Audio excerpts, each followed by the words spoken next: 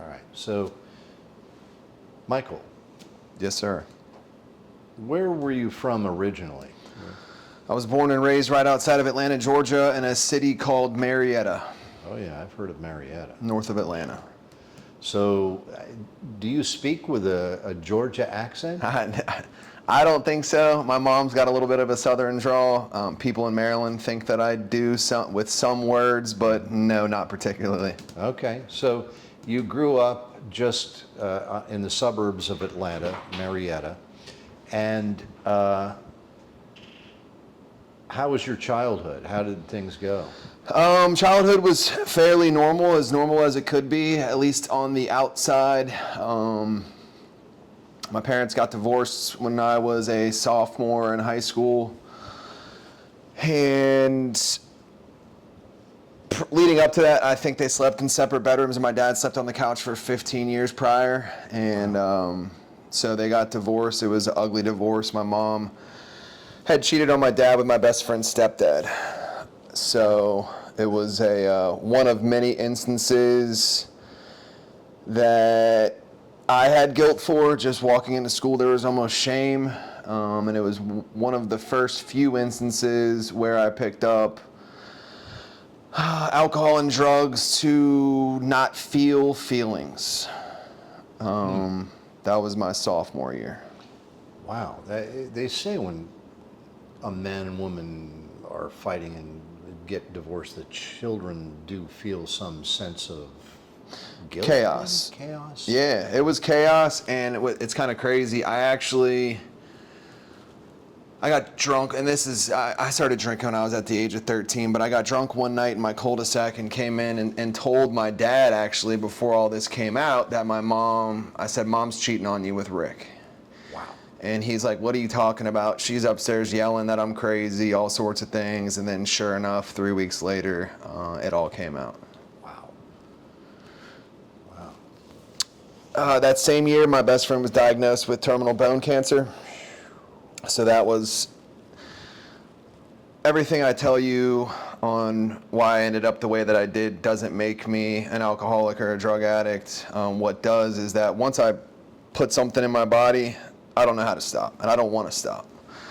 So he gets diagnosed my sophomore year, and then he actually beats the bone cancer, plays football again his junior year. We go on spring break senior year, and then he comes back and does his scans, and the cancer had spread through his entire body, and he died the week in between senior prom and graduation. Oh, man. Wow.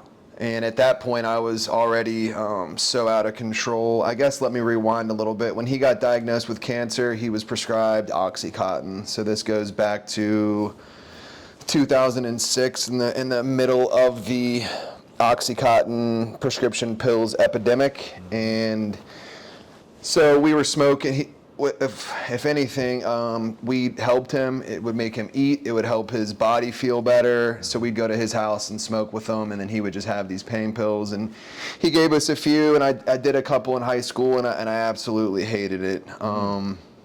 You hated the Oxycontin? I did at that point in time. It made me throw up the first time I did it, and I was like, I don't need to do this.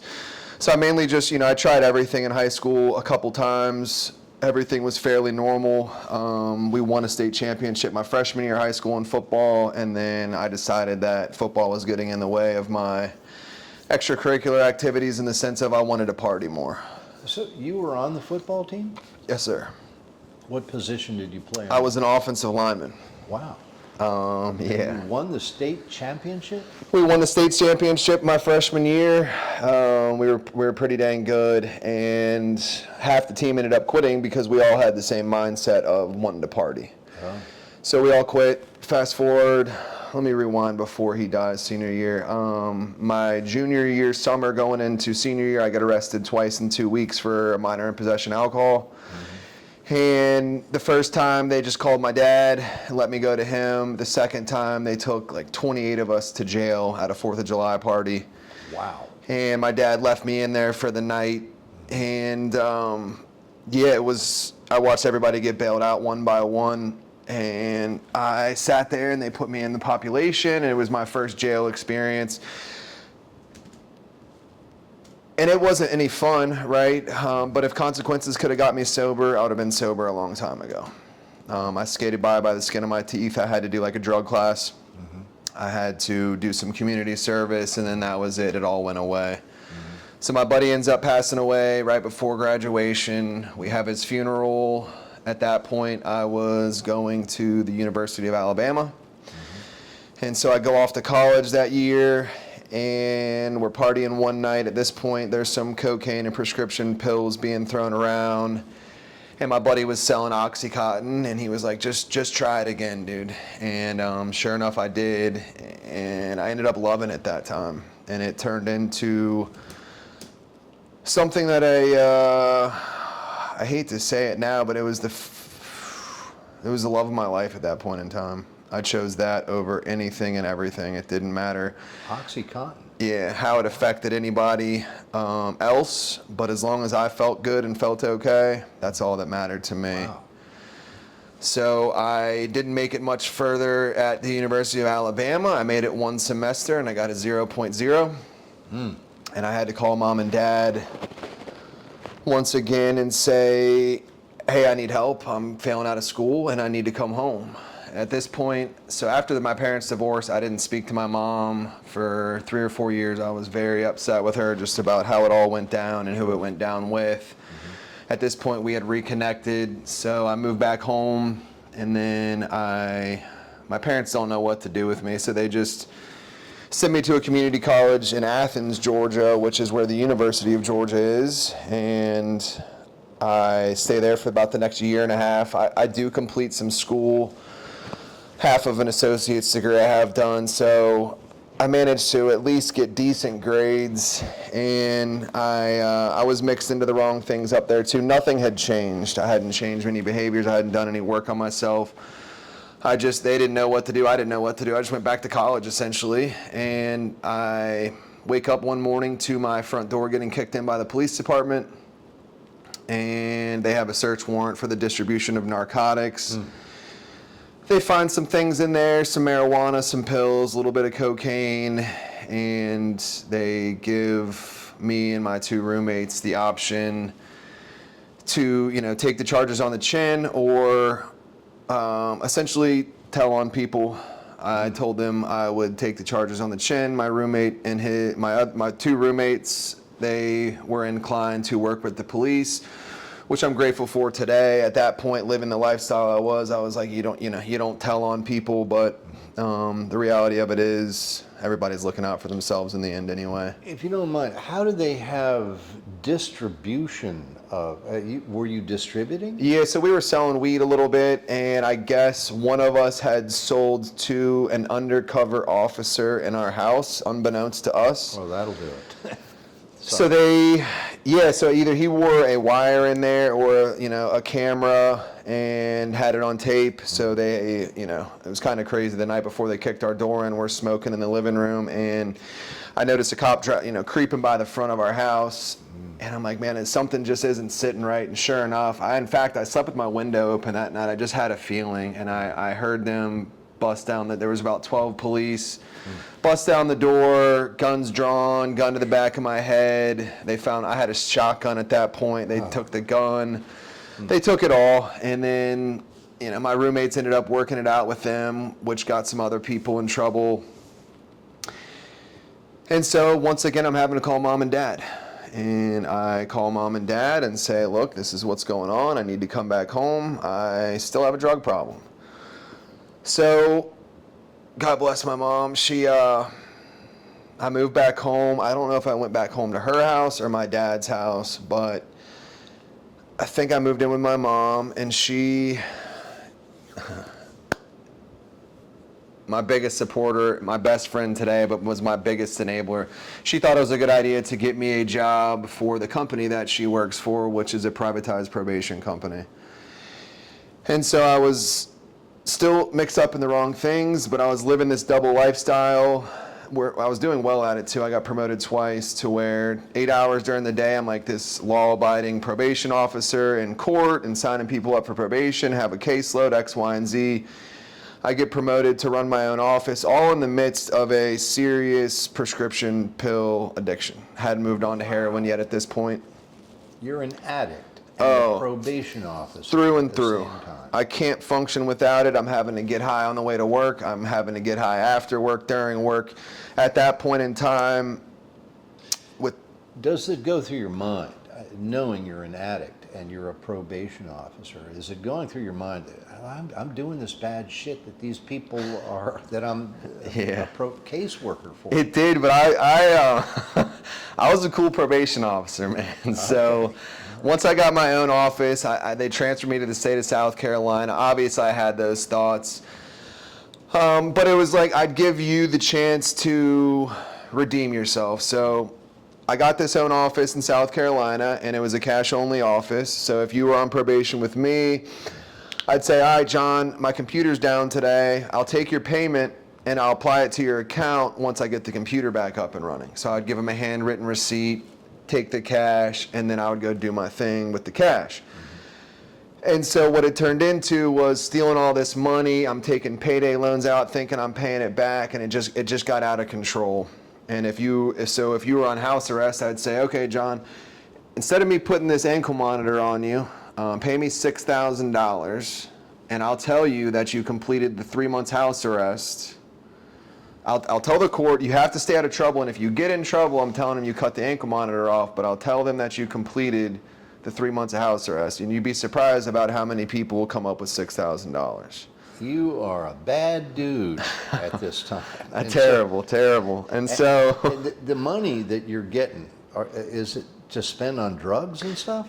yeah, so I'll give you the grand total in a minute. So I do this for about a year, and then I bring a kid up from Atlanta. I was running with some pretty bad people in Atlanta, and I brought one of these kids up, and he got raided by the police. And my computer bag was in the house with all those handwritten receipts that got raided by the police. So they open up this computer bag, and he was with another kid who was at one point in time my probationer. So they said, what's this? The kid was like, oh, it's my probation officer's computer bag. And so I'm like, so they go to jail. The kid Malcolm gets out and he calls me. He's like, I just want to let you know that John's, at that point, the word snitch was a thing. So John snitched on you. Ooh. The cops are coming to your office. Ooh. So I look back at it now that John might have played a role in saving my life. So I tell my roommate what's going on. And he comes up with the plan that I need to drive back to Atlanta where the corporate office is, which entails me going to my mother's boss and the owner of the company and walking by my mother's office to do all this. And so that's what I do, and talk about embarrassing for her. So I at this point, I go tell them what's going on, and I check myself into rehab for the first time. Are there any criminal charges against you at that time? No, at this point, so I'll get there. I'm getting there. Okay, I didn't wanna... No, so at this point, I check into rehab. I last there for about a month, and I get into a little rehab romance, we like to call them in the sober community, and I thought she was the love of my life. I check myself out of rehab. I move in with her 4 days later, and we stay sober for a solid 2 weeks, and it's right back to it. So that lasts for the next year and a half. It's just tumultuous. She would put her hands on me, and I don't say that to be a victim. I just say it to just like to show you a picture of the insanity. When you say put her hands on you, you mean in a, like, punch, assaulting kick, you? fight, yeah. So she would do all that, and I stayed because her ex-husband's paying rent. He's giving her $1,000 a week, so she's fueling my drug habit. I don't have to pay where I live. I'm also working at the same time because at this point in time, I always managed to have a job because how else am I going to get high? I'm not going to go panhandle. So I always kept a job. At this point in time, I was driving forklifts, had a great job. When you say get high, what are you getting high on? At this point, it was mainly pills. Oxycontin had been reformulated, I think, and it was it turned into oxycodone, which is a smaller 30 milligram tablet. And then those just got outrageously expensive, and then it turned to raw heroin. I never shot drugs. I always snorted them and smoked them. I'm sorry, you always, Sniffed them and smoked them. okay. So I'd smoke heroin off tinfoil. I'd smoke cocaine. Anything I could get my hands on. But I like doing what they call would be a speedball, which is mixing cocaine and heroin together. And that lasted for the next year and a half. At this point in time, the family doesn't want much to do with me, which I don't blame them. I'm not getting invited to holiday events anymore, and if I do, I cause a scene, and it's just ugly. My mom was always still there, so when I'd fight with the girl, I bounced to mom's house, back and forth, and she knew what was going on. My father came down. He lives about an hour outside of Atlanta from me, or where I used to live, and he came down and tried to surprise visit me, and pulled my sleeves up and thought I was shooting drugs, and I wasn't. I was sniffing them and smoking them, but I was like, yeah, I don't shoot. I'm lying, and they know. You can see it all over my face. So at this point in time, they didn't want anything to do with me. My mom was still there. It's around Mother's Day. They were so worried about me, they had put a GPS little tracker on my car, and so my sister would call me back, "What are you doing?" And I'd be like, "I'm leaving work right now." She's like, I see that you're in the city and off MLK, which is a street that I used to get drugs off from. And so I'd be like, yeah, I'm getting hot. I don't know what else to tell you. So I leave one weekend and I disappear, and I leave my car in a parking lot, and I come back to my car, and my divorced parents and my brother-in-law and my sister had been sitting in the car for 4 hours waiting on me to come back to have an intervention on me. And my brother-in-law and my father are screaming, my mom and sister are crying, and I'm like, yeah, I'm not going to rehab. I'm not going. So it lasts a couple more days, and I call my sister and I say, I'm going to go to rehab tomorrow. Because you decided it was the best thing for you to do. At that point in time, still no real intention to get my shit together. It was just kind of to get everybody off my back. Oh. I couldn't function without it, so I like to call it an oil change. Like when you take your car to get fixed up, I'd go into rehab, get my oil changed, and come back out. Right back to it. So I go there for the next 2 weeks just to detox, and my cousin's from Annapolis. That's how I got up to Maryland. And she called my mom and asked if I'd be willing to move up there on the condition that I went to an AA meeting every day and outpatient rehab. So I had to think about it. Like I said, at that point, still no desire to get right. And I call her back the next day and I said, yeah, I'll come up there. Once again, I am still dealing with the rehab romance, and I discharge myself from rehab, and she takes me straight to the city. And I lied to my mom and said, oh, we can't use the phones on the unit. I'm getting out tomorrow. I'll call you when I get out. She calls the hospital or the rehab and they tell her, yeah, he checked himself out. So she texts me on my phone and says, you got 45 minutes to get home or we're canceling your plane to Maryland. So I get home, I'm high, she's crying, I'm crying. And yeah, I don't know how to live sober. I have no idea. And so I have to call my cousin and tell her what's going on, and she was like, I'll call y'all tomorrow and let you know my final decision on letting you come up here. I can't trust you that you're gonna do the right thing. Mm-hmm. So she calls back and she's like, get your ass up here. Operation Save Michael from Himself. So I moved to Maryland, and so right before I got sober, this was around, I've been sober 8 years. 2016, May 26, 2016. And I had gotten some pressed pills, which are the 30 milligram oxycodones, but they're with fentanyl in them. And I picked them up on the way to work one day and sniffed them while I was driving because I was so sick. And I was on the phone with my father, and I overdosed driving behind the wheel and ended up wrecking my car. Thank God. Somehow I ended up in this warehouse parking lot. But I wake up, 3 or 4 hours later to these warehouse workers viciously shaking me and throwing water on me. My dad's calling me, my boss is calling me, nobody knows where I'm at. I don't know where I'm at. My car's all beat up, and lucky, I mean, those guys saved my life. And so, fast forward back, so I move up to Maryland, still no intention of getting sober. I was, my thought was, I've never seen Maryland, I'll go see what it's about, and I'll come back home.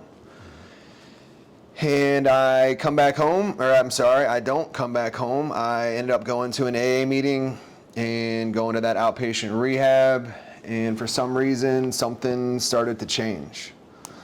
So I get myself a sponsor, which is another man, to take you through the 12 steps of Alcoholics Anonymous, and I start to put in work to changing my thoughts. The alcohol and the drugs are but a symptom. I'm the problem. My thought, my brain, how I operate is the problem. And so until I can relearn and rewire everything, in the 12 steps, I say it all the time, anybody in the world could work them. You can substitute alcohol or drugs, those words in that book, for anything you're struggling with, and it'll help you. The reality of it is people, quote unquote, normal people's lives don't depend on it. Mine did. So 90 days sober, I get pulled over. Told you I'd circle back. And I get pulled over on Interstate 50. And I was on top of the world. I was 300 pounds at the time, smoking a cigarette, drinking an energy drink, newly sober. Life was good, making $9 an hour. You couldn't touch me, man. I was on top of the world. Second cop pulls up, I'm like, hell yeah, search. I was driving my cousin's minivan at the time, and I was like, search the car, please. Second cop pulls up, guns drawn, felony warrant out of the state of South Carolina for embezzlement of public funds. For embezzling public funds? Yes, sir. Oof. So I'm like, shit. Didn't expect that, because it had been 2 years since I stole all that money from South Carolina. I'd been pulled over, I'd talked with run-ins with the police, never knew I had a warrant, and I had a warrant for the last year and a half. So they take me to jail. I sit in jail in Annapolis for the next 3 weeks, 2 or 3 weeks, and yeah, they extradite. The first time I ever seen Washington, D.C., I was in handcuffs and shackles.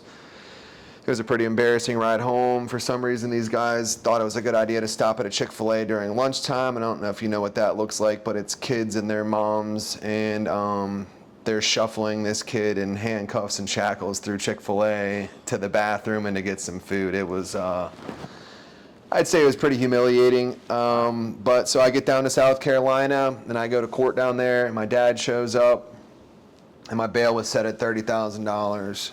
And I'd never been in trouble before, seriously. I'd had a couple charges of minor possession of alcohol, but nothing like this. And my dad looked at me and said, if you weren't trying to get your life together, I wouldn't be bailing you out of jail. Mm-hmm. And so he bails me out of jail, and I have to ride a Greyhound bus back up to Maryland.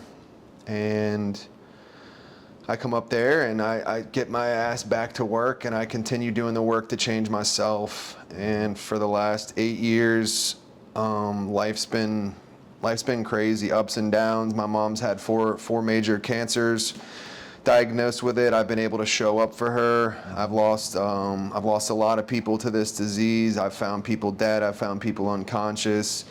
And you kind of get to a point where you're jaded about death and overdoses, because at this point it's a choice. I've had a lot of good friends go back out and start drinking again, and at this point in time they've done it successfully, and I don't love them any less, but it essentially changes the dynamic of the relationship, because 9 times out of 10 I don't just want to sit around while you guys are getting drunk. But they're still my people. I've managed to build a life up there in Maryland.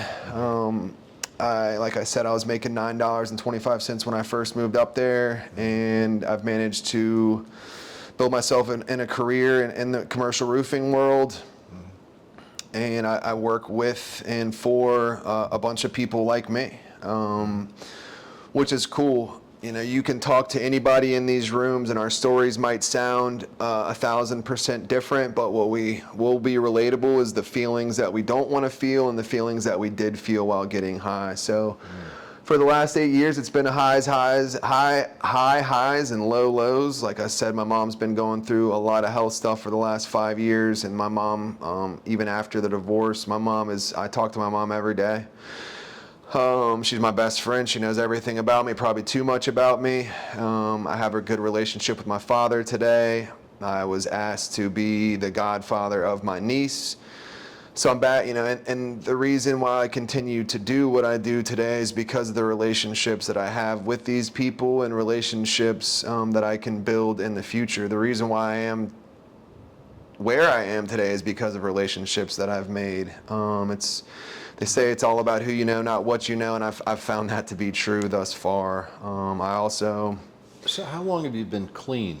I've been clean and sober for the last 8 years, May 26, 2016. You make a distinction between clean and sober. So clean is off drugs, sober is off Alcohol. So I just say get in where you fit in. I felt more at home in an Alcoholics Anonymous meeting than I did in an NA meeting.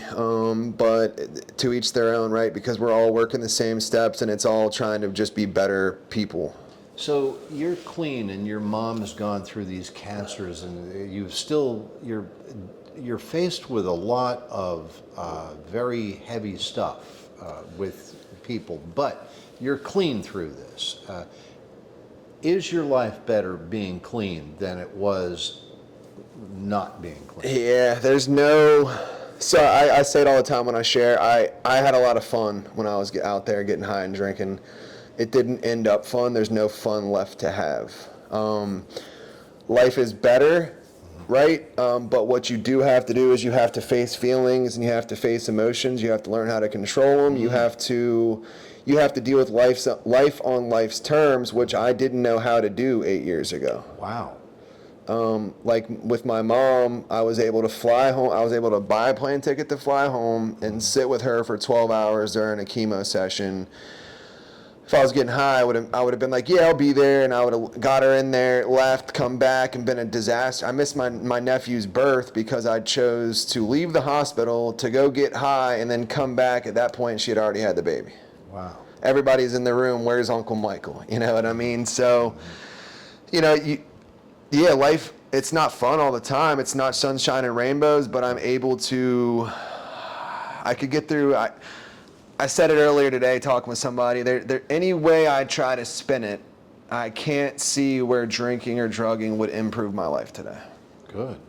I mean, I'm glad you see it that way, and I like that expression you said, dealing with life on life's terms. Yes, sir. Awesome. It sucks, right? And I didn't do it prior. I would do anything but that, and that's what the alcohol and drugs did for me. Is I was just numb. I would fade, I like to call it fading out, where like I'm conscious, but I'm not nodding out, and I'm burning holes in my I don't want to know what's going on around me. And that was what I shot for on a daily basis. Wow. Today, I'm almost like too aware of what's going on around me. And I still struggle with things today. I struggle with anger. I struggle with relationships. I've had some terrible, I won't say terrible, they're all good experiences, but bad breakups to where like I've been in some dark places considering not being here anymore, making bad decisions for myself. And then, I have people around me that will pull me out of these holes that I didn't have. If you didn't have drugs or I didn't have drugs, we weren't showing up for each other. But I have people that will show up for me today with no strings attached. Mm-hmm.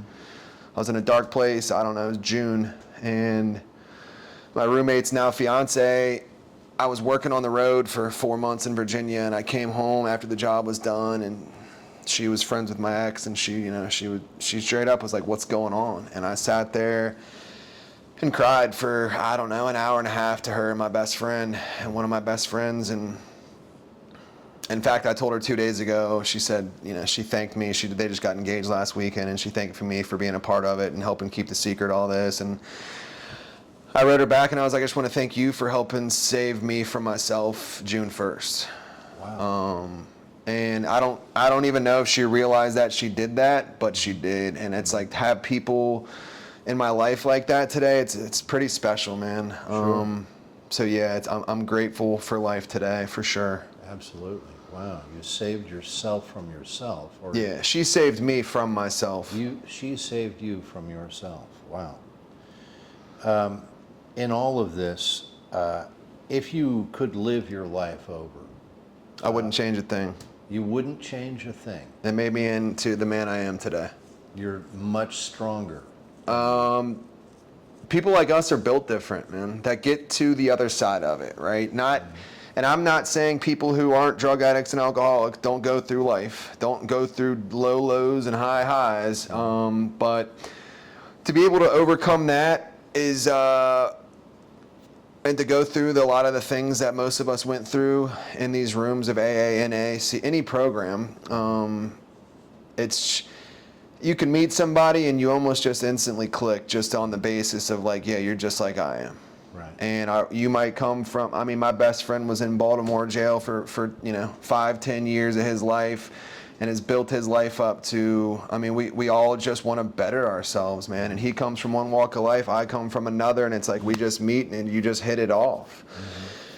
Mm-hmm. And yeah, I wouldn't change a thing. No. Nope. Wow. Well, it's amazing you survived all of that. I'd say I'm lucky to be alive. I'm glad that I ended up getting sober right when fentanyl was coming around. I did, obviously, like I said, I got my hands on it a couple times, but people die, I'd say almost weekly around our area. If not, I won't, I mean, people do die daily in America, and it's a problem. And it's, what kind of still is crazy to me is that it's still a taboo topic.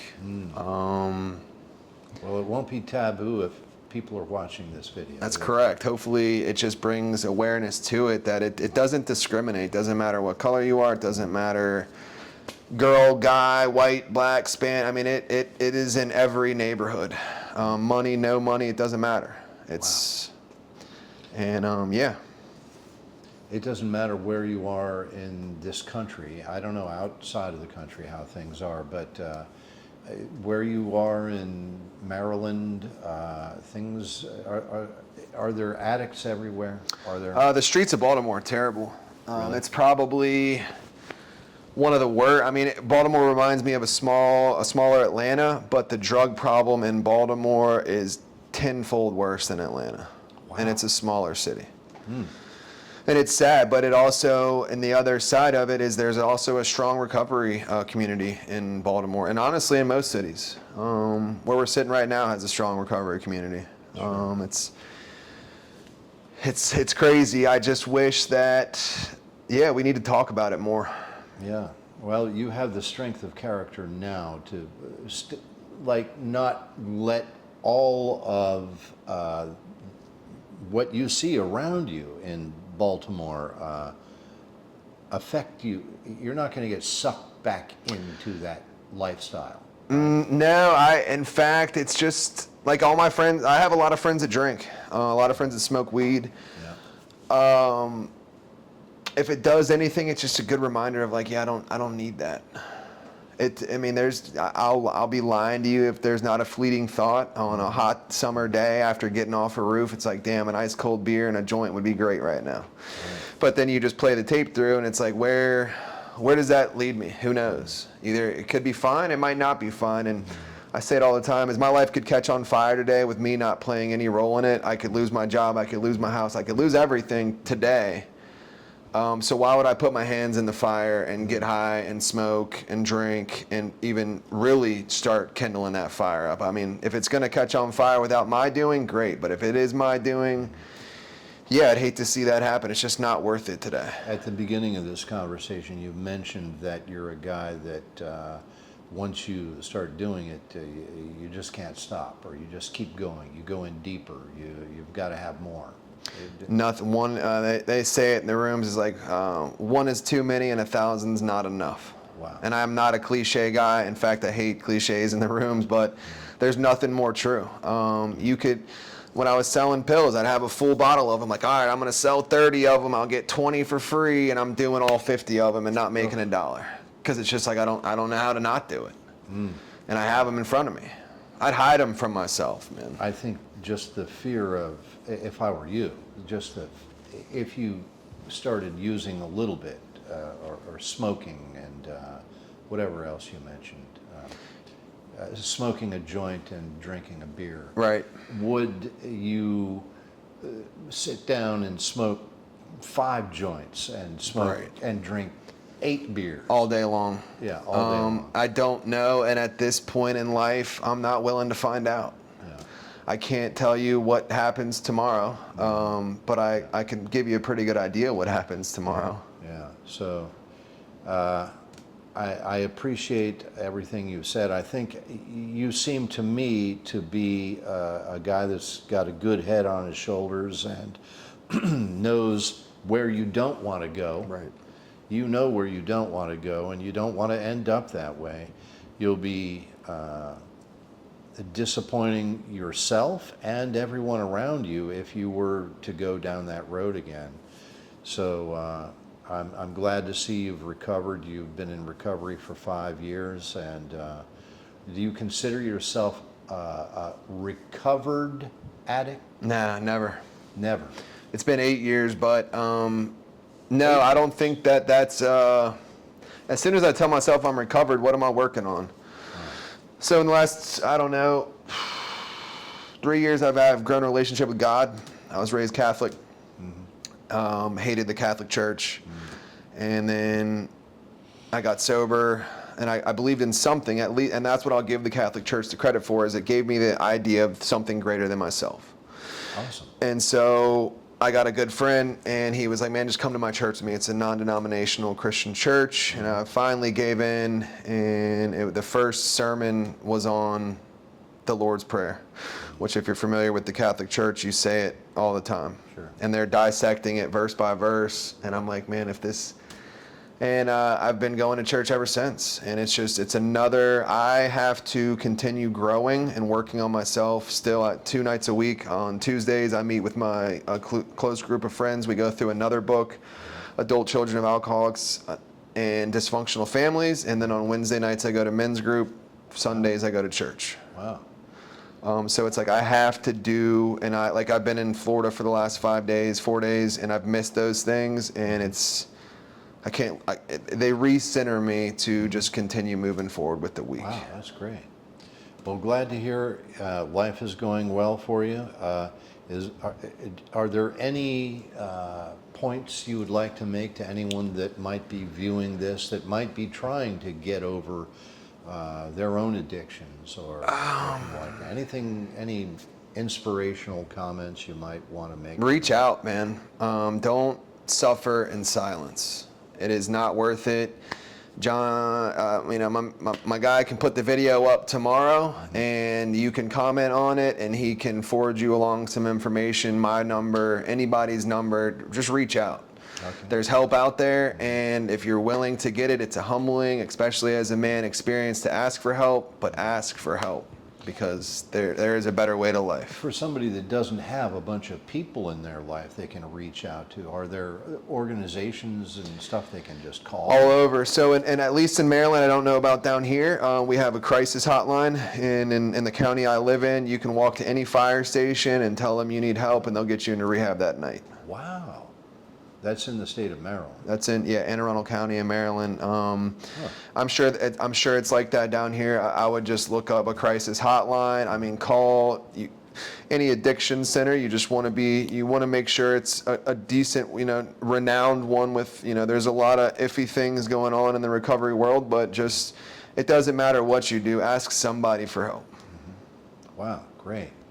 Awesome. Well, thank you, Michael. I appreciate this conversation. I'm sure it'll be an inspiration to somebody somewhere along the line. So thank you again. Thank you. Take care. Yes, sir. All right.